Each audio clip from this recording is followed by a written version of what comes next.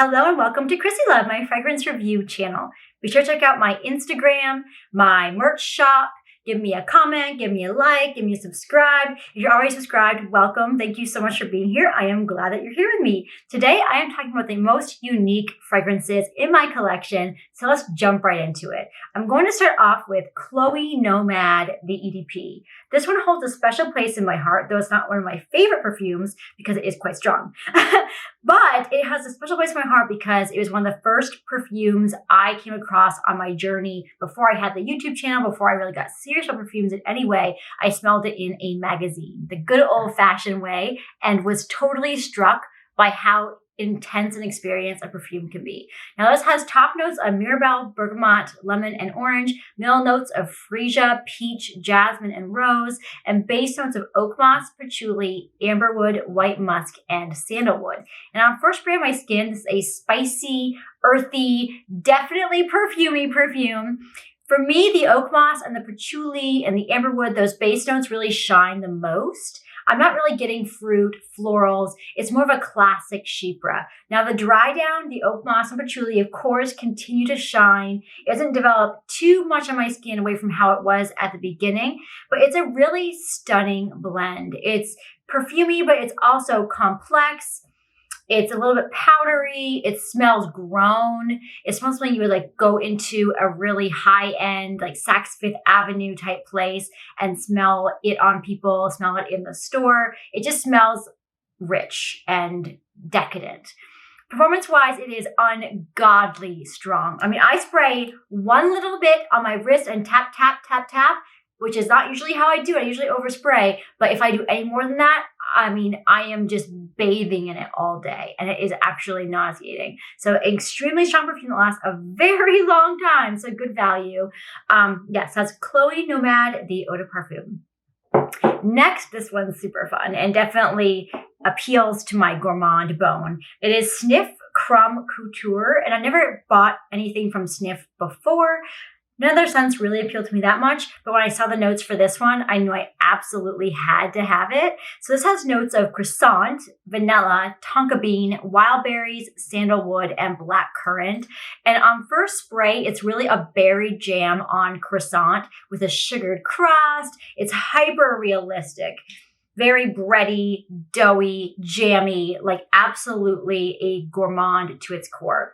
It loses the berryness of it in the dry down for me, and I'm left with this really realistic, sweet, buttery, doughy croissant, which I love as well. Performance-wise, it lasts really great. It doesn't project quite as well as it lasts, but that's okay. I just overspray it and it's fine. I love wearing this with like a glazed donut type scent, like Canvas Beauty has one, for example, or a body cream that smells kind of like sugary sweet. It makes it more of like, croissants they're sweet, but they're not like ultra sweet desserts. They're more like doughy bready. So when I put something sugary sweet with it, it just amplifies it and turns it into like an absolute dessert. So yeah, Crumb Couture, I cannot say enough about. It is so delicious.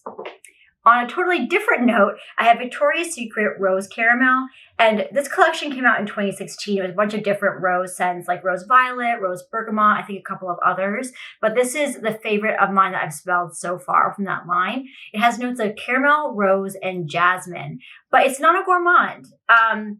On first spray on my skin, it's actually kind of a dusty, powdery rose, kind of like dried rose petals. I'm not getting much sweetness. It's kind of earthy. And the dry down is a lovely powdery rose. So it kind of smells like there's some sandalwood in it. It has the smallest hint of caramel. So it does sweeten it up a little bit in the dry down. I think my skin pulls out sweetness naturally, but it never moves into gourmand territory. It has this kind of nostalgic rose feeling that almost reminds me, I think, of like a funeral or something like that, like a dried petal kind of scent. It really does smell nice. It's surprisingly unique for a Victoria's Secret scent. And I love the vintage, what I would call them, vintage Victoria's Secret scents, the ones that kind of come and go. I love getting my nose on them. And this is definitely a winner in my book. Also, the bottle is just gorgeous. Heavy glass, heavy base. It's decadent. Performance-wise, it's great. It actually survived a washing on my clothing as well. So yeah, great performer. To stay in the Victoria's Secret vein, this is a decant of Mood Sweet Craving. So the bottle doesn't look like this, but I'll put a picture of it on the screen as I always do. This is kind of a unicorn. You can't really get it anymore. It came out in 2007 and it was around for a while. This is more like my childhood I'm smelling here, but I really do like it now just as much. It has notes of vanilla, sugar, and musk, but it's truly more than the sum of its parts.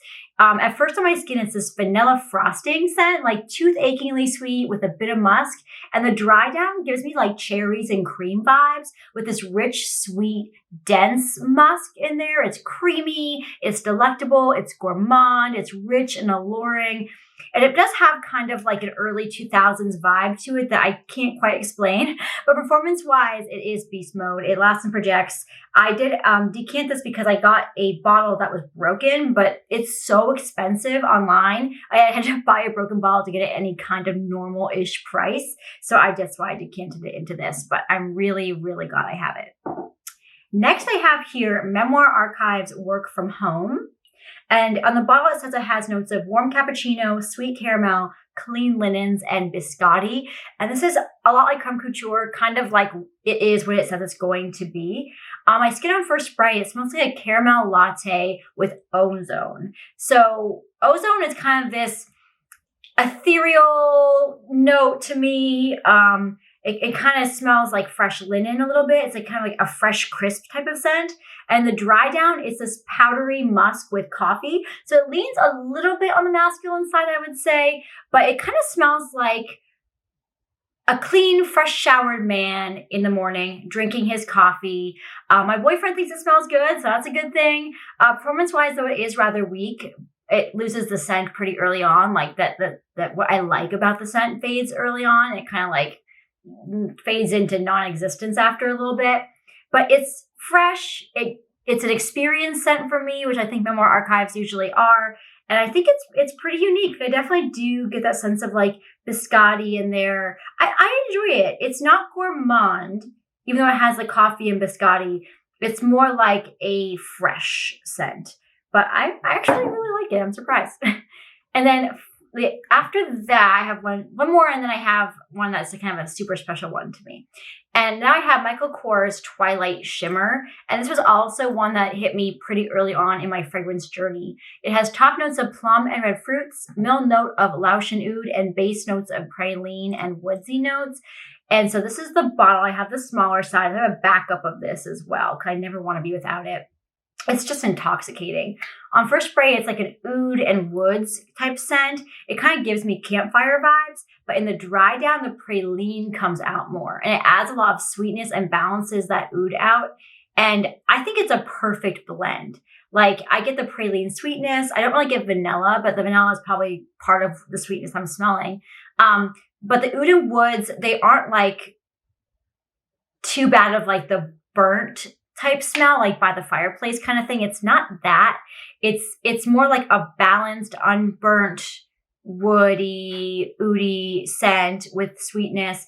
This, I think, is like the closest to an oud scent that I'll really ever love, I think.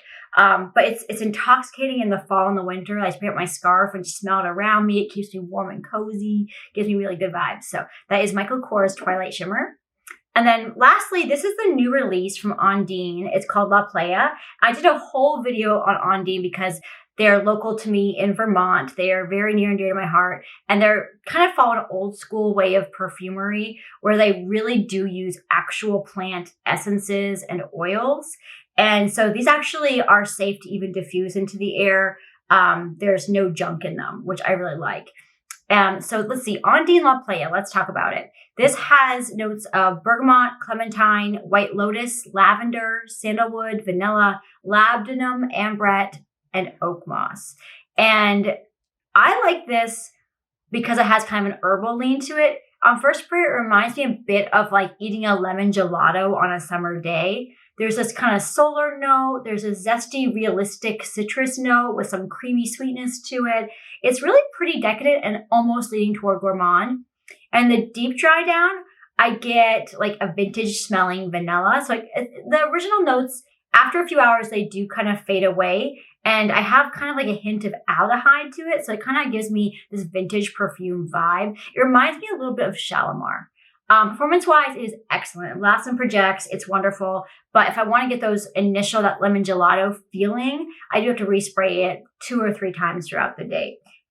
But I love it. I mean, it's the right balance of like fresh, natural, unique. I think it's delicious. And I really love La Playa.